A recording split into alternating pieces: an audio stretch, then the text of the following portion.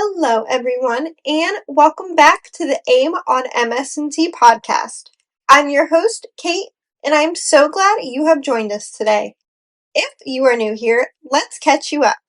AIM stands for Academia, Industry, and Military, which are the sectors that form the foundation of the modeling, simulation, and training community right here in Central Florida.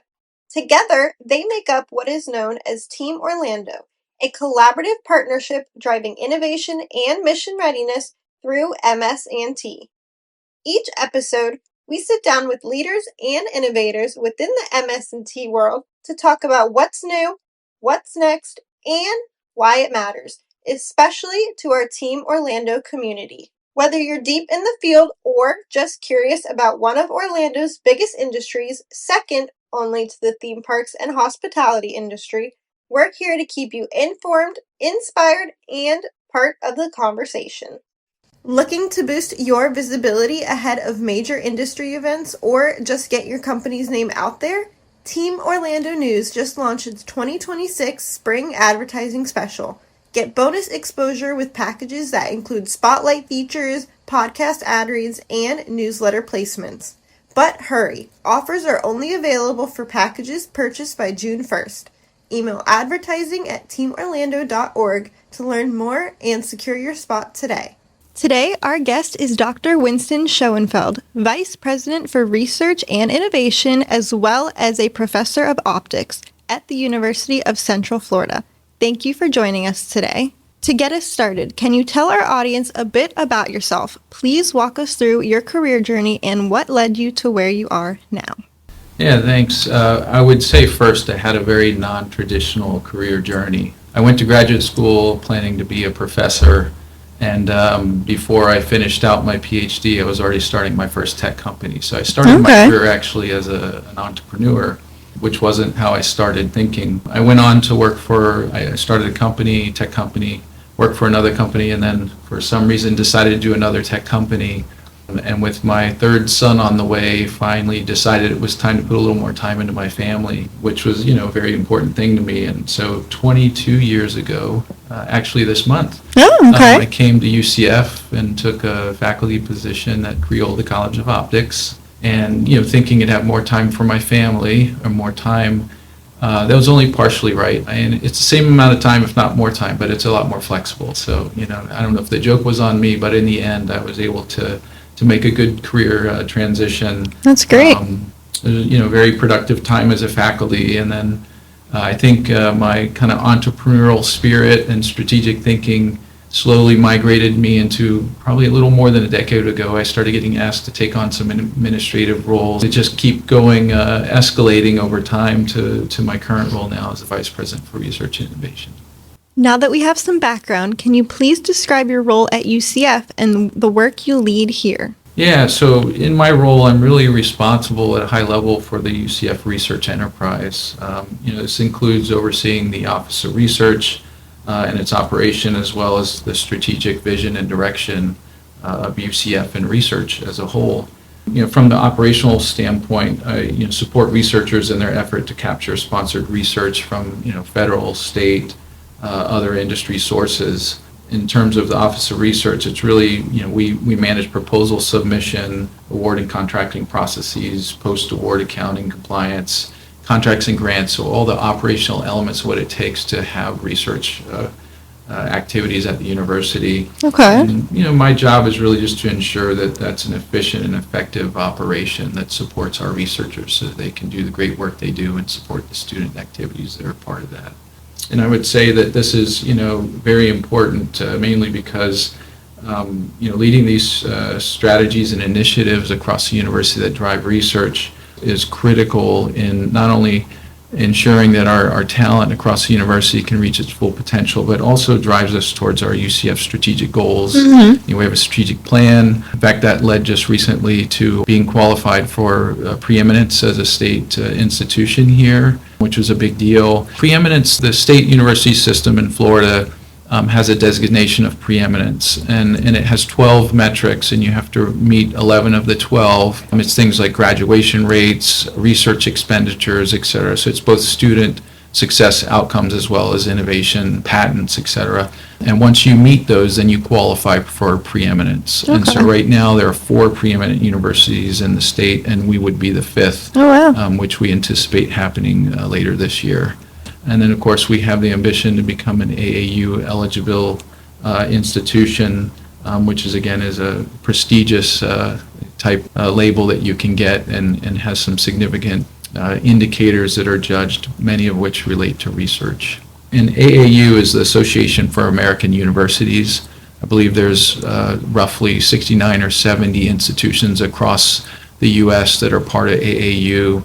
You have to be invited and brought into that, and there are indicators or metrics that relate to that. So the first ones, there's 4. It's research expenditures, publications, citations, and books, and then there are other indicators. And so those, once you reach a certain kind of threshold and they start recognizing, there's no hard number, but once you hit a certain capability in each of those, then they will start considering you for potentially being invited into the AAU. I also have a strong focus in my role and importance of establishing partnership with both government and industry. And there's not only key in kind of aligning our research innovation across the university to things that really matter and to key societal needs, but also in really help provide guidance to UCF in critical skill sets that we need to be providing our students, both through the academics, but also the research activities that they're part of.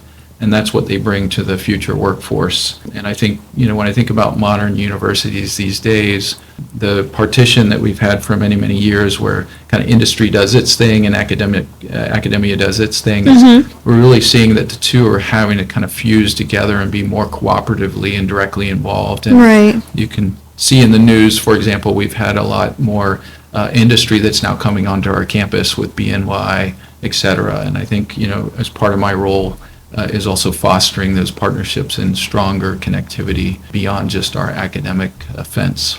How does research across UCF contribute to advancing national security initiatives throughout the university? Yeah, I would first say that UCF's impact in national security is extensive, and it expands both kind of the innovation and research side as well as the educational side. So when I think about the innovation standpoint, I'll first note that UCF, the Department of Defense, represents the largest source of federal funding that we have here at UCF, and it constitutes over 30% of our total research expenditures every year. So that's roughly $40 million a year comes from the defense sources, and it has been that way for more than the last decade. So it's very fair and clear to say that we're a very national security defense-oriented institution. And, that research spans all of our 12 colleges, including several interdisciplinary clusters and specialized centers. Examples are we have Creole, the College of Optics and Photonics, where my original tenure home was when I came as a faculty. It's an internationally known college for its research in key areas of national security. And AAU is the Association for American Universities. I believe there's roughly 69 or 70 institutions across the U.S. that are part of AAU.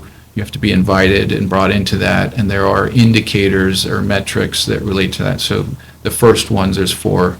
It's research expenditures, publications, citations, and books, and then there are other indicators. And so those, once you reach a certain kind of threshold and they start recognizing, there's no hard number, but once you hit a certain capability in each of those, then they will start considering you for potentially being invited into the AAU, which would include like high power lasers, quantum information, quantum science, and fiber optics, for example.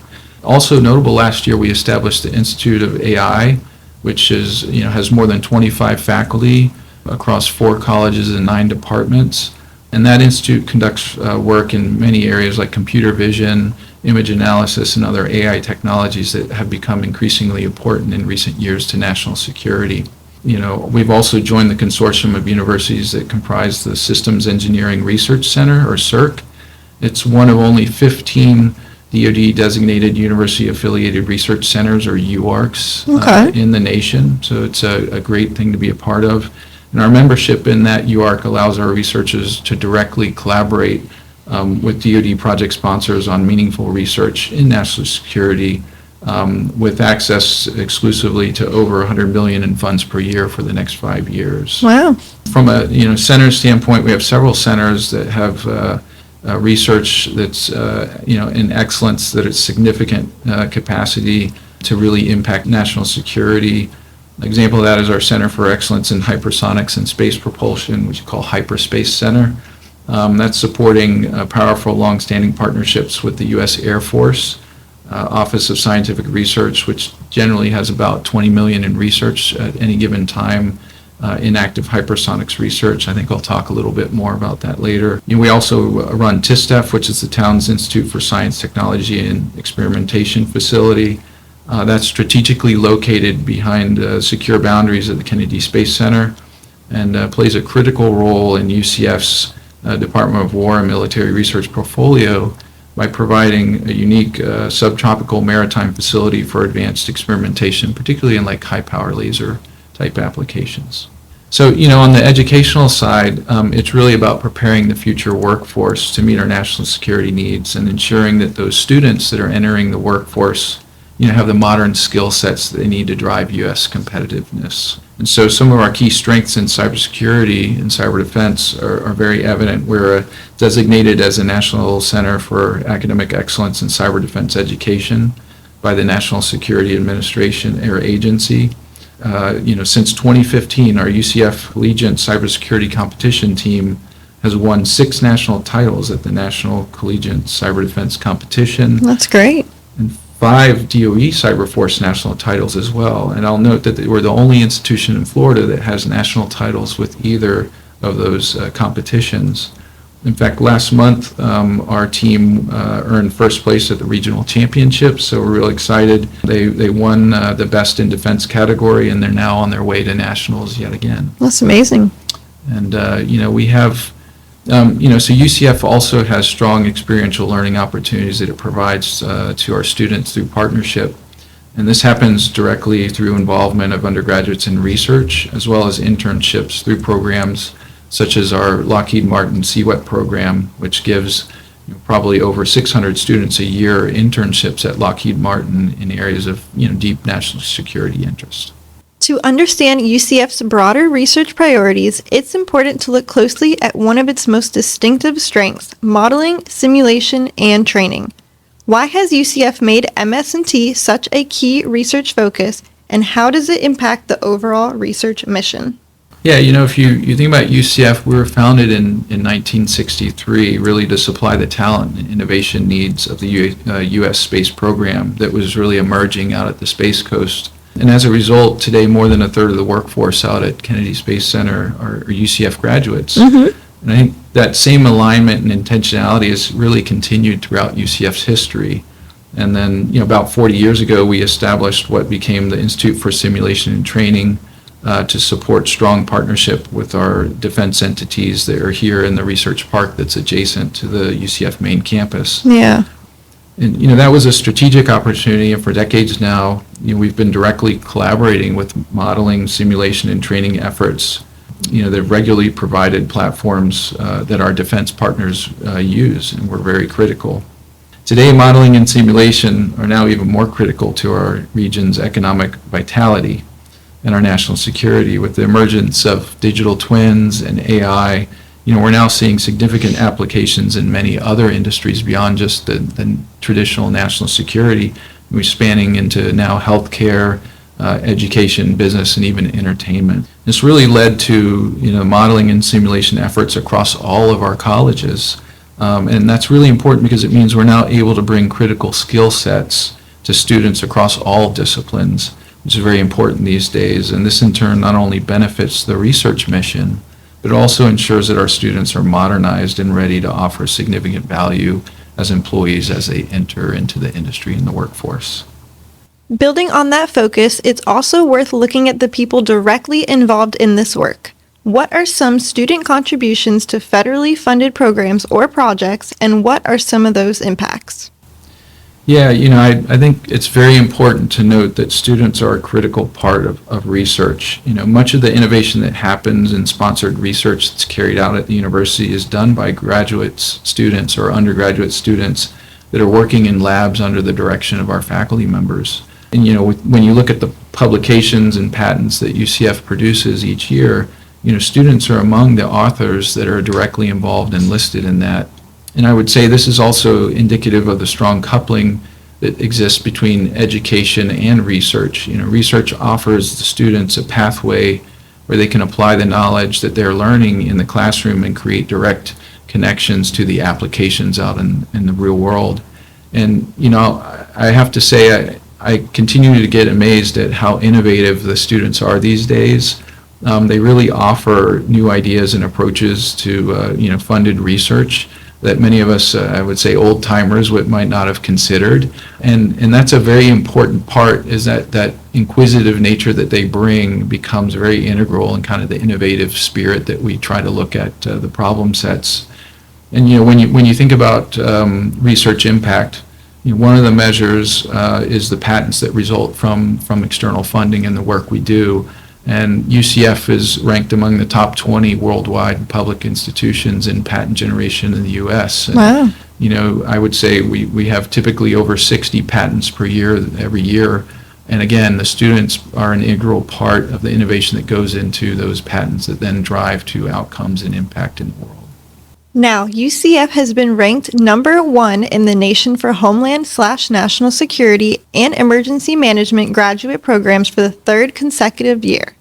What are some of the most impactful national security research projects from the past 5 years, and what do you see on the horizon for the future? Yeah, the U.S. News and World Report ranking is really a testament of our world-class faculty and the students behind them. And it shows our commitment to developing an academic program and research that influences policies nationwide while further enabling our graduate students to gain real-world insight through close partnership with emergency managers at the local, state, and federal level, for example. So, building on that example, we have a campus-based emergency operations center where students learn to navigate man-made and natural disasters. In that, the students use state-of-the-art technologies to learn from past disasters, as well as, consider future disasters that we haven't even seen yet, really to improve the overall response strategies that we have. And, through that, UCF graduates leave very well prepared to respond to complex crises at a time when the need for highly trained professionals continues to grow, and that, of course, is recognized and why we get ranked very high. Other examples, and particularly in emerging areas, is hypersonics, as I noted earlier, is also a key strength at UCF. We've been doing work in hypersonic propulsion for some time that allows now, or at least is approaching technologies that will allow for speeds that are, Mach 10 to 17. And so if you want to understand what that means, like 13,000 miles per hour. Okay, wow. So these are pretty significant. And this is housed in our UCF hyperspace facility, and it's supported by over $20 million in research support, largely from the Air Force. And the Hyperspace Center there includes more than 9 faculty that are working in this area. And importantly, it directly involves more than 70 students continually throughout the year that are directly involved in the research activities. As I noted earlier, UCF has a number of cybersecurity efforts and a strength. And as a designated National Center of Academic Excellence in Cyber Defense, we conduct high-level research into, protecting the U.S. power grid, for example, and Internet of Things devices from AI-driven type threats, which are becoming increasingly important. Yeah. And, there's a lot of activities there. This includes, developing blockchain-enabled identity management systems to secure critical communications against, adversarial digital espionage. And as we see more and more things like smart cities and our grid becoming more and more connected and controllable, they're also increasingly more vulnerable. And so we have a lot of cybersecurity efforts that are based on trying to understand how we defend those and make them less susceptible to increasing threats. And then I mentioned TISTEF earlier. So again, we operate a high-power laser range out there on the coast. And I'll note that it's the most comprehensive laser range that there is in the eastern U.S. Wow. We carry a broad range of research that involves mostly high-power lasers and many other national security technologies. And say much of that is done in very close partnership with government and industry partners. And again, has very strong student involvement. And you'll see that as a theme over and over, is being highly ranked is not just about doing great research, it's integrating it into the academic and the training elements that are also part of our mission set. And I think that's why we're being recognized regularly in the rankings, is because we really have a very integrated approach that's preparing a future workforce with very modernized understanding of what the skill sets they need, and getting direct involvement in applying what they're learning in the classroom to real world problems. And they just simply are well better suited when they walk out the doors and into the workforce. Switching focus, IST is doing some incredible work with humanoids, autonomous systems, robots, and immersive technologies. Can you talk about some of those programs and where you see them heading? Yeah, sure. I would say, first of all, the IST director, Carolina Cruz, is working in transforming how we really experience 3D digital environments. One of her projects exploring humanoid robots, which is a very thing we see a lot more now, is really extensions of the human body, allowing a person to navigate remote and inaccessible locations kind of in real time. And, using AI, the robot captures its surroundings, and then it can transmit that to a live digital replica in what we call a cave-like environment, where human operators' movements can control the robot and create this seamless exchange between the physical and virtual worlds. So I mentioned the cave. That's what we call the cave automatic virtual environment, and it's really an immersive VR virtual reality system that transforms kind of what you would say a room-sized cube into an interactive 3D digital world that you're immersed in. And unlike kind of early VR headsets where just one person had a headset and you did it, what's nice about the cave-like environment, it allows us to put multiple people in the same environment so that they can interact and kind of see the same kind of the same environment that we've created. And that really opens up some new possibilities in what we can do. It allows us to put people to access in an environment where they can access otherwise unreachable locations, where we need to look at human presence and how they behave in those environments, and allows us some really unique studies of human coordination and cooperation in various simulated environments that we can learn more about how people behave and interact, and learn how we can create training and other types of systems that create better outcomes. We also have UCF researchers partnering with Meta platforms to study how people learn and to control like digital systems using muscle signals. It's a very interesting topic. And overall it could improve human-computer interaction in virtual and augmented environments by what we call electromyographic based human-machine interface technologies. That's a wordful, mouthful, but as a platform for investigating motor learning through gamified training systems. And the broader goal of that project is to understand how adaptive interfaces can really become intuitive and embodied over time. Zooming in on one of the most visible examples of collaboration between academia and the military, there's also TechGrove. Your office has been instrumental in establishing and running TechGrove alongside the military. Can you discuss how that partnership came together and its impact it's had? Sure. TechGrove grew out of UCF and Central Florida's longstanding role, as a hub for modeling, simulation, and training. I spoke a little bit about this earlier. Really anchored by the Naval Air Warfare Center Training Systems Division, or NOC-TSD, and the university. For decades, that ecosystem, which we typically call Team Orlando, really brought together the military, academia, and industry all in one place. And around 2020, the Navy formalized that collaboration, what then became the TechGrove, through a partnership agreement with UCF. And the goal was pretty simple. It was really just to make it easier for the Department of War to tap into innovation from small businesses, startups, and non-traditional partners that don't usually work together or with the government, and which has been kind of a missed opportunity in the past. And TechGrove is really the way to ensure that there's a lot more cross-awareness and alignment of those assets. That's true. Yeah, and I'd say today TechGrove acts as a front door into defense innovation, and it really connects real military problems with emerging technologies, accelerating the prototyping and helping new ideas actually transition into real capability. And I'd say it's essentially a modern evolution of Orlando's defense ecosystem that's really built to move faster and broaden who can contribute beyond what we've seen in the past. We can't conclude this podcast without talking about the unique partnership between UCF, the local military, and industry that has been cultivated over the years. The role of UCF in Team Orlando has been critical to developing a thriving ecosystem where tough challenges are solved through research, businesses are mentored and grown, and students are prepared for the next generation. Can you talk a little bit about the importance of Team Orlando and how UCF has made such an impact with its partners? Yeah, sure. The real story behind Tech Grove and why it works starts with Team Orlando. What makes it unique is that you have all the military services really co-located and collaborating in one place, but more importantly, alongside industry and academia.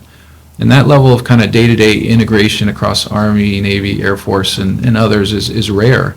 And it's what's really helped turn Orlando into the global center for modeling, simulation, and training. A big part of the success in that is the role of the university. UCF wasn't just along for the ride. It was really strategically built to support this ecosystem, as I noted earlier, with the research park adjacent to the campus. It just was a natural alignment for the university to take its talent and be a part of what was going on here. And I'd say over time, UCF became a critical partner by really supplying the talent, leading research, and standing up organizations like the Institute for Simulation and Training that supported that ecosystem. And more importantly, UCF has consistently acted as a bridge, translating academic research into real-world defense applications and connecting non-traditional partners, into the mission space. So when you look at Tech Grove, it really is the next evolution of Team Orlando. UCF's impact is foundational, in my opinion. It helped really create the workforce, the research base, and the trusted partnerships that make this kind of rapid collaborative innovation possible, and has ensured that we're really harnessing the strategic advantage of having the industry, the government, and academia all located in a very close proximity within modeling, simulation, and training. Now, we always like to end with this question for our listeners. What advice would you offer someone who is considering going into a similar career path as you? In particular, what would you tell someone that you wish someone had told you when you were deciding your future career? Yeah, I think, I spoke earlier that I had a very non-traditional route. I don't necessarily say people should have non-traditional routes, but I think the first thing I would say is embrace risk. Okay. So, that's technical. When you innovate, you got to take on risk. That's how we innovate and we make breakthroughs, but also professionally. I didn't set out on some path that I decided, I'm going to do this and this and this and this. Right. It was really advantageous, and I was willing to take risk where I saw I could utilize the talents I have, to the role or opportunity that was before me. So I would say embrace risk technically and professionally is very good. Of course, it has to be calculated risk. But, I think I would say, for those that are kind of still in their academic career, I can't stress enough experiential learning. I was involved in research as a student, and that grounded what I was learning into application. And I would say, I told you I started as an entrepreneur and I stepped out of academia, but the reality is what I was getting was an application understanding of all the challenges industry have in taking a technology and making a marketable product. So my kind of advice there would be, whether you're a student and it's an internship or research, or whether you're a professional that's looking about getting into administration, creating those experiential learning opportunities where you learn about industry, you learn about applications will be incredibly valuable, which also leads to the point I'd make about networking. You always hear people talking about networking is important, but as big as the world is, it's a lot smaller than you think when you get into your profession. And the number of times I've come across people that I just took the time to talk to earlier in my career without even knowing that we crossed paths is phenomenal. So, I would say I wasn't an extrovert by nature, but it was a learned characteristic that has paid dividends. Maybe the other thing I would say lastly is mentors. Every step I've taken in my career, I've always looked at, that's who do I want to be? And sometimes it's who I don't want to be, but who is it that I can look towards, and what do I learn from them as I prepare myself for the next piece in my career? And I would say, I would argue that very few people ever got where they were without mentors and a team around them. And so, the more you can cultivate that and identify that actively and passively, the better. Before we sign off, where should our listeners go to find out more about UCF? But I guess the traditional thing would be ucf.edu to say. You can also go there, www.ucf.edu, and then /research. So that'll bring you to the Office of Research page where you can get a lot of information. I also, a big part of my job is outside the university and creating partnerships, connecting with the community. And I love to talk and hear from those that are outside. So, and I'd say, anybody who wants to reach out to me, feel free to do so via LinkedIn. I'm there, and you can find me under Winston Schoenfeld. What I love is I like to be a connector, and we have thousands of very talented researchers here at the university, and I enjoy nothing more than connecting that talent to the outside world, where they can, learn more about how what they're doing can have an impact. So, please feel free to do that, because I love to hear from people, learn what we can do, both from a research and an academic standpoint. And with that, I would like to thank Dr. Schoenfeld for joining us on here today. That's a wrap on this episode. Thank you for tuning in. Want to stay in the loop on what's happening in the modeling and simulation and Team Orlando communities? Head to teamorlando.org and follow us on LinkedIn, X, and Facebook for all the latest updates and upcoming events.